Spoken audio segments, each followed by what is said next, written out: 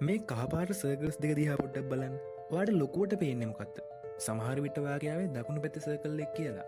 හැබැයි මම කිව්වොත් මේ දෙකම එක සමානයි කියලා. මේකට හේතුව තමයි එබින්හවුස් මායාව කියන දේ.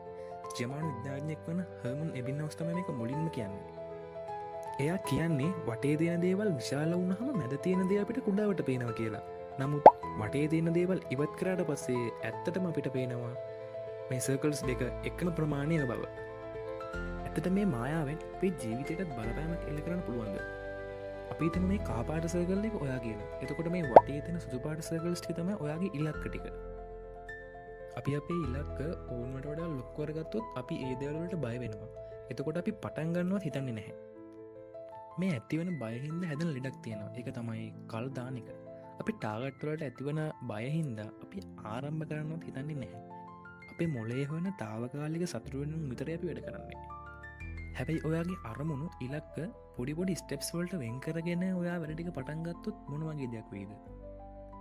අන්න එතකොට ඔයාට මේ දේවල් අමාරුයි කියලා දැනෙන එක නවතිනවා.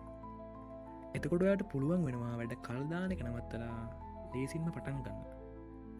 ඔයාට වගේ ටාගට්ස් ටික මැනේජ් කරගන්න පුළුවන් වෙනවත් එක්කම අර ඉස්සෙල්ලා ඇතිවන බය වෙනුවට ඔයාට ඔයා ගැනම කොන්ෆිඩන්ස් එකක් ඇති වෙනවා.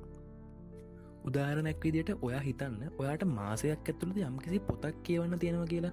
හැබැයි ඔයා මේ ගත කරන බිසි ලයිෆ් එකත් එක්ක ඇත්තටම ඔයාට ඒක අමාරු දෙයක්. ඔයා හිතන්න මම දවසට පිටු 5ක් කියවනවා වගේ දෙයක්.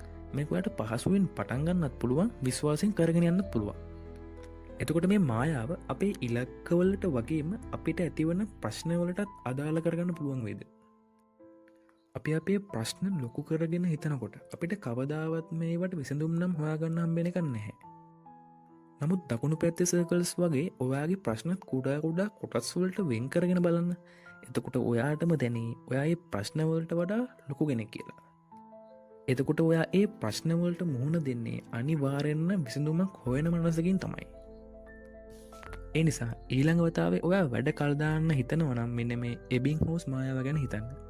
ඔයා යම් දෙයක් දිහා බලන විදිය වෙනස් කරොත් ලොකු වෙනසක් කරන්න පුළුවන් කියලා ඔයා මේ වෙනකොට දන්නවා.